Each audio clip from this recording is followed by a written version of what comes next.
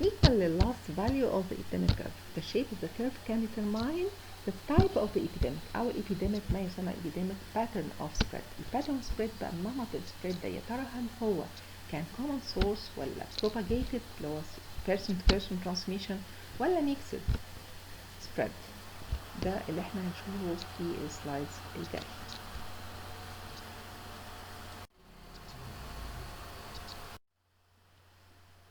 نيجي بقى بالنسبة لأول pattern هو a common source epidemic. This pattern of spread of the epidemic occurs نتيجة لتعرض all persons exposed to the same source. كلهم تعرضوا لنفس المصدر at either a single point of time which is a single point exposure أو بصورة frequent أو intermittent exposure أو بصورة continuous. single point يعني مثلا مجموعة من الناس كانوا بياكلوا وجبة في ريستوران بالتالي كلهم تعرضوا لنفس المصدر نفس exposure at a single point of time. intermittent exposure زي ما يكون for example في مصدر ميه بير ميه ملوث وبيجي مثلا ليكج من السيوج حصل ليك فيه وحصل contamination للميه بصوره frequent يعني يحصل contamination بعدين تبقى free بيحصل contamination بيحصل free at a frequent time. frequent exposure ده بيبقى بيدي صوره of waves of outbreaks بصورة intermittent أو يكون continuous exposure بير المية في contamination still contaminated for long time فبالتالي هو نفس المصدر مجموعة تعرضت ليها يا إما single point exposure point common source يا intermittent يا multiple exposure يا إما صورة continuous. الباترن التاني اللي هو propagated epidemic اللي هو person to person transmission زي الكوفيد 19 كورونا فيروس أو يكون mixed pattern. mixed pattern يكون يا إما ابتدى for example ب single point exposure وبعد كده كمل person to person يا إما العكس. بالنسبة ل single point exposure point common source this is represented by a certain curve shape اسمه type 1 epidemic curve. ده classic shape of epidemic curve ده بيسموه a point common source epidemic curve أو a point common source outbreak. هنا الإكسبوجر بيحصل of many susceptible individuals to a source of disease agent results in an explosive increase in the number of cases of disease over a short period of time. ده بيحصل اللي هي very good example ليه في حالات الفود poisoning أو حالات زي ما قلت water borne كولي مثلا حصل contamination للووتر at a single point of time بأي organism كوليرا تايفويد whatever. بالنسبة للفيتشرز للشيب بتاع تايب 1 epidemic curve اللي هو point source epidemic هنا الكيرف بيبقى rises rapidly falls rapidly. All cases occur within a narrow interval of time and the epidemic tends to be explosive. All cases occurs within one incubation period of the disease. المنظر ده بيديني المنظر of a point source epidemic curve إن في حالة كده ظاهرة في الأول خالص وفي حالة ظاهرة في بعد الاوتبريك ما تقريبا withdrawn وانتهى بنلاقي في حالة ظهر دي بيسموها الاوت. نيجي للانترميتنت كومن سورس. الانترميتنت كومن سورس قلنا اكزامبل دي زي مثلا بير ميه ملوث حصل فيه تلوث وبعد كده بقى فري بعدين حصل تلوث تاني وبعدين بقى فري. فالمنظر العام اللي هلاقيه ايه؟ هلاقي زي كأني بحط تايب 1 epidemic curve بقص والزقه كوبي بيست frequent times بس بينهم latent period يعني مش ورا بعض مش ملزوقين في بعض. هلاقي gush من patients متعرضين حصل لهم outbreak بعدين latent period بعدين gush of patients اتعرضوا بعدين latent period and so on. ده يبقى يدي hint على ان صورة الاوتبريك ده او الباترن اوف سبريد هنا intermittent نتيجة exposure ل intermittent source في الاكسبوجر في السبريد بتاعه. نيجي للتالت باترن اللي هو continuous exposure to a common source. لو بير المية اللي كان موجود حصل permanent contamination موجود فيه بأي أورجانيزم سواء كوليرا تايفويد أي أورجانيزم ايه اللي هيحصل؟ هيحصل ان كل يوم والتاني لازم يبقى فيه حالات موجودة في الكوميونتي. هنا الشيب بيبقى possibly plateau shape مبقاش فيه ارتفاعات كتير لان بفترض ان تقريبا كل يوم بيبقى فيه as equal exposure as the day before، فبالتالي الشيب مش هيبقى فيه بيكس عالية كتير. يبقى ده بالنسبة ل continuous exposure. بالنسبة للشيب ده الحقيقة بنسميه type 2 epidemic curve. type 2 classic shape التاني. يبقى احنا عندنا two classic shapes epidemic curves. type 1 classic shape epidemic curve اللي هو represent ال point common source epidemic زي حالات الفود poisoning، والتايب 2 epidemic curve اللي ممكن يعبر عن a continuous exposure to a common source أو a propagated epidemic اللي هو person person. بيبقى هو نفس الشيب تقريبا مع اختلافات بسيطة. هنا في ال propagated اللي هو person to person transmission، ال epidemic infection spread from person to person زي ما بيحصل دلوقتي، وشخص بيعدي شخص بالكورونا فيروس. ده بيديلي shape عبارة عن prolonged curve prolonged in time وله different peaks و irregularities عالية. ال features بتاعت type 2 epidemic curve هي ال epidemic curve rise and fall gradually. ال case occur over much longer period of time. ال cases occur within more than one incubation period of the disease. هنا حصل تداخل في incubation periods. في الحالة الأولى في classic shape type 1 epidemic curve كان كل المجموعة تعرضت لنفس المصدر، تعرضت لأورجانيزم واحد at a single point of time. بالتالي كل اللي حصل explosive outbreak اللي حصل within one incubation period للأورجانيزم ده. لكن هنا اللي حصل ايه في البروباجيتد؟ كل شخص بيعدي إلى الآخر، فبالتالي يبتدي البيك بتاع الكيرف يطلع ينزل حسب عدد الحالات المنتشرة، فيحصل تداخل ما بين incubation periods of disease. يبقى عندنا الكيرف propagated prolonged over time وبيبقى فيه الحالات فيها بيكس عالية. هنا tendency للبيكس أكتر. ممكن أي مجموعة واحد كان ان كونتاكت النهارده باتنين، بكره شخص كان ان كونتاكت مع 10 وهكذا. يبقى الاعداد فاريبل، فبالتالي بنلاقي irregularity عاليه في الشيب ده و prolonged to be extended over long time period حسب ما الاوتبريك او الابيديميك ينتهي. الميكس باترن بقى في الابيديميك هنا ان الشيب بتاعه involve both shapes. التو شيبس اللي احنا شايفينهم بيبقى mixed together، يا اما common source followed by person to person او لا. نيجي نشوف لي الكيرف الفوقاني. الكيرف اللي فوقاني ده propagated pattern، ده prolonged type له بيكس عالية ونلاقيه موصول مش متصل، مفهوش latent space ما بين each other. الشيب اللي تحت ده mixed pattern. هنا mixed shape الأول كان propagated shape، بعد كده بقى common point common source exposure. ايه اللي حصل هنا؟ ده الهيستوري كان حالات ميكسد تايب من شيجيلا كيسز، كان في حالات سبوراديك من الشيجيلوزس. هنلاقي داي 2 تقريبا داي 3 في ابتدت حالات تظهر من داي 3 لحد داي مثلا نقول 10 11 كل يوم بتظهر حالة حالتين spread over time. الانكوبيشن بيريد الافريج انكوبيشن بيريد بتاعت الشيجيلا من 3 ايام ل 4 ايام، فهنا السبريد اوفر لونج تايم بيريد longer than incubation period.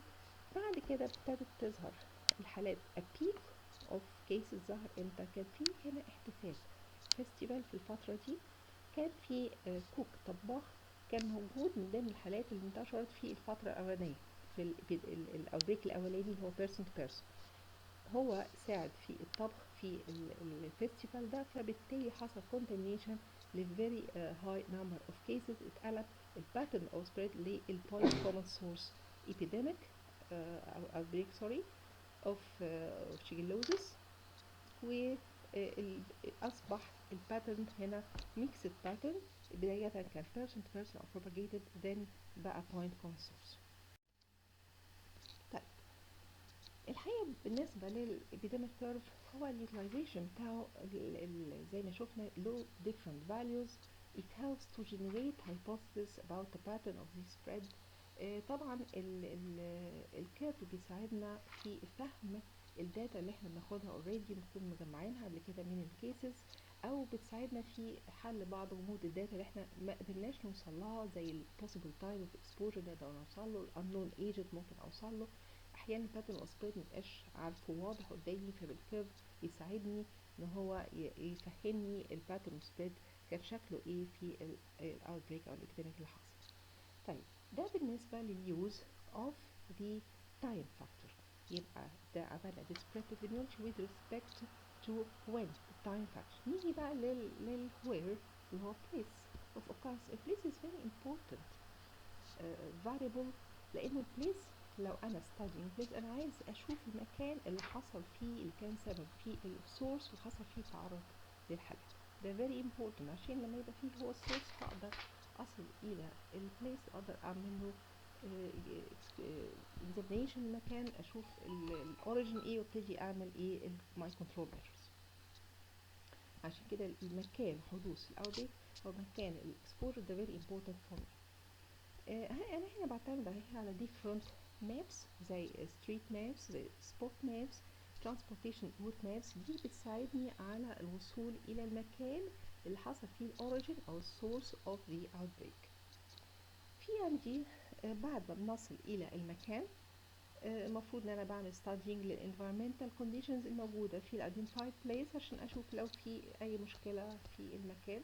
فور اكزامبل لو كان انا بتكلم على outbreak of food poisoning حصل في ريستوران، فانا مفروض لو انا عرفت المكان البليس الريستوران ده بالتالي هروح التيم بتاعي، هيروح الفريق هيشوف المكان ده هل هو مناسب ولا لا، ايه اللي ساعد على حدوث الاوتبريك، هل كان في مشكله في الفود هاندلرز موجودين قائمين على اعداد المكان، المشكله الصحيه، هل هم كاريرز، هل كان في مشكله في السيوج، في الووتر، في السيفتي بتاعت البروسيجرز بتاعت اثناء الكوكينج اند سو. دي كلها اقدر اعمل ايدنتيفيكيشن لو وصلت للمكان عشان اقدر اكتشف ايه هي البوسيبل فاكتورز underlying causes. دي what's called the spot map. السبوت ماب دي بتساعدني على الوصول للمكان بسهولة. انا دلوقتي فرضا لو حصل لي for example outbreak of typhoid fever في مدينة زي طنطا سيتي. في الحالة دي انا المفروض اني بمسك السيتي بقسمها الى 4 regions وابتدي اشوف الكيسز جاية منين، يعني هي من الهيستوري من الكيسز اللي جاية لي بشوف هي جاية منين، من which region of A B C D. والله لو انا لقيت معظم الحالات فور اكزامبل موجودين من سيكتور A وسيكتور B، في الحالة دي يبقى انا التيم بتاعي هيبتدي يعمل سيرشنج للريجنز A و B بدل ما اقعد ادور في البلد بحالها على السورس او الاوريجين بتاع الاوتبريك. يبقى انا هعمل كونفايند، والله ممكن قوي الاقي المجموعة كلها خارجة من وان ريجون، ده هيبقى اسهل لي في السيرش على السورس وعلى البليس اللي حصل فيه التعرض. قبل ما اسيب الجزئيه بتاعه البليس الحقيقه بحب اني اتكلم على وانتوا كده قاعدين فاضيين اتفرجوا على فيلم بتاع الاوت بريك. الفيلم ده فيلم كان الحقيقه CDC عامله السيناريو بتاع الفيلم بطريقه لذيذه جدا. هتلاقي فيه التفاصيل اللي يمكن الستبس بتاعه البروسيجرز بتاعه investigating outbreak هتلاقيها مشروحه فيه بصوره مبسطه ولذيذه. اللي عايز يتفرج عليه هو موجود، ممكن تشوف مقاطع منه اونلاين. دي خريطة سبوت ماب أيام ما حصل الكوليرا أو البيك أوف كوليرا في لندن سيتي سنة 1848. الأول شخص طبيب كان سجل أول سبوت ماب وأول استخدام لسبوت ماب to reach to the origin or source of the outbreak كان by Sir John Snow. Sir John Snow ده هو مؤسس علم الوبائيات، هو ال godfather of the science of epidemiology already. الخريطة دي تبين النقط، الصورة دي عبارة عن ان الكيسز حالات اللي هي حصل فيها حصل لها كوليرا في لندن سيتي. مستر جون سنو لقى ان في كيسز كتير different sexes different work ملهاش relations حاجة معينة، لكن لقى ظاهرة غريبة لما جاي خريطة لمدينة لندن ورسم زي ما احنا شايفين الحالات جاية منين. لقى ان الحالات الماجوريتي اوف كيسز متركزين في one region one sector من لندن سيتي.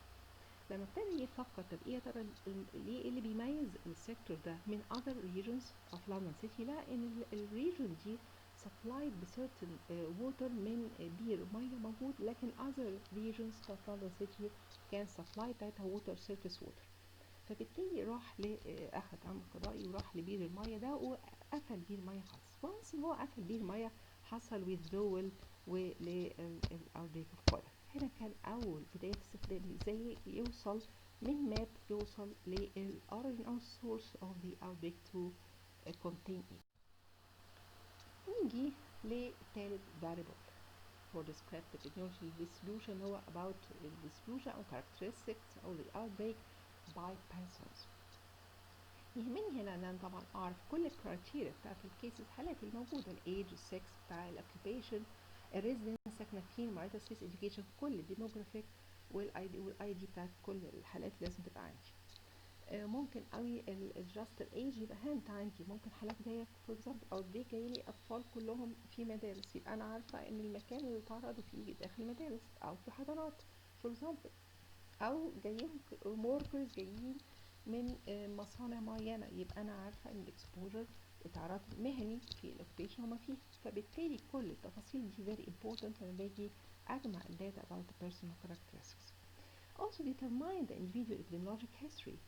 من كل شخص المفروض ان انا اعرف الكونتاكت، هل هو اتعرض لفيكل معينه، اكل حاجه معينه، اتعرض لكونتاكت with disease person، التايم كان ايه، possible exposure كان ايه، البليس اوف اكسبوجر كان ايه، كل التفاصيل دي، ديزيز اونست لازم اعرفه، كل ده لو في فيكتور مثلا معين شاكين فيكتور برضه، كل دي تفاصيل لازم اخدها من الانديفيدوالز اللي قدامي. tracing the source of infection، المفروض ان انا حالة tracing انا عندي داتا اوريدي جمعتها سواء من الهيستوري تيكينج من الحالات، استعنت بالسبوت مابينج، استعنت بأذر داتا من اللي احنا جمعناها قبل كده، فعندي history of exposure to suspected source مثلا او vehicle among all ill cases، وابتدي اقارنها بالدوز اللي هم not ill. عندي laboratory finding investigation مثلا زي في حالة food poisoning، specimens taken من suspected food والfood handlers، وبعد كده اعمل fake typing ما بين isolate organism والايزوليت from the case عشان اقدر اصل هل هو اربط ما بين for example الفود هاندلر as a source او suspected food as a source. يبقى احنا عندنا التريسنج ده بالهيستوري تيكينج وباللابوراتوري. نيجي يبقى احنا دلوقتي اتكلمنا على الديسكريبتيف ستراكشر او بروسيجر بتاع الديسكريبتيف epidemiology، جمعنا داتا about التايم واخدنا بالذات التايم of disease onset، واتكلمنا على البليس اوف occurrence and place is very important، ان في الاكسبوجر اللي حصل اقدر اصل للسورس او الاوريجين وابتدي مع كنترول ميجرز، واتكلمنا على البيرسونال اهميه البيرسونال كاركترستكس ان انا اجمع البيرسونال كاركترستكس والانديفيدوال epidemiologic history من الحالات. طيب اتكونا دلوقتي عندنا data enough to formulate hypothesis. احنا يا ترى عايزين نعرف ال spread او pattern of spread بتاع الاوتبريك كان ايه، عايزين نعرف which the source او origin بتاعي كان ايه، كل دي hypothesis ممكن اني افترضها. المود of spread، يعني انا مثلا عندي الهايبوثيسيس بقول ان بداية الكورونا فيروس كان نتيجة للكونتاكت with bats، خفاش، الناس اللي تعرضوا للخفاش هو بيمسكوه مثلا او بيتعاملوا معاه حصل transmission للانفكشن، او في another theory اللي قالت مع السنيكس ان في برضه الكورونا كان في سنيكس. يبقى احنا دي تو hypothesis كانت موجودة، ممكن احنا ندرس الكلام ده tracing this hypothesis من بعد الرجوع للاندكس كيسز اللي اتعرضوا في الاول خالص in contact، وابتدي study وانالايز الهايبوثيسيس وقتها عشان اضمن ان هو هل كان good ولا كانت bad hypothesis ولا كان correct او not correct. The objectives of any data analysis الحقيقة to identify on a pattern of outbreak, place of occurrence, mode of spread, source اللي هو ايه، التايم في onset لازم اعرفه، population risk لازم اوصل لهم، بالاضافة ان انا احسب calculation of risk measurements. It's very important ان انا استخدم الداتا دي to calculate risk measurements، نتكلم عليهم دلوقتي.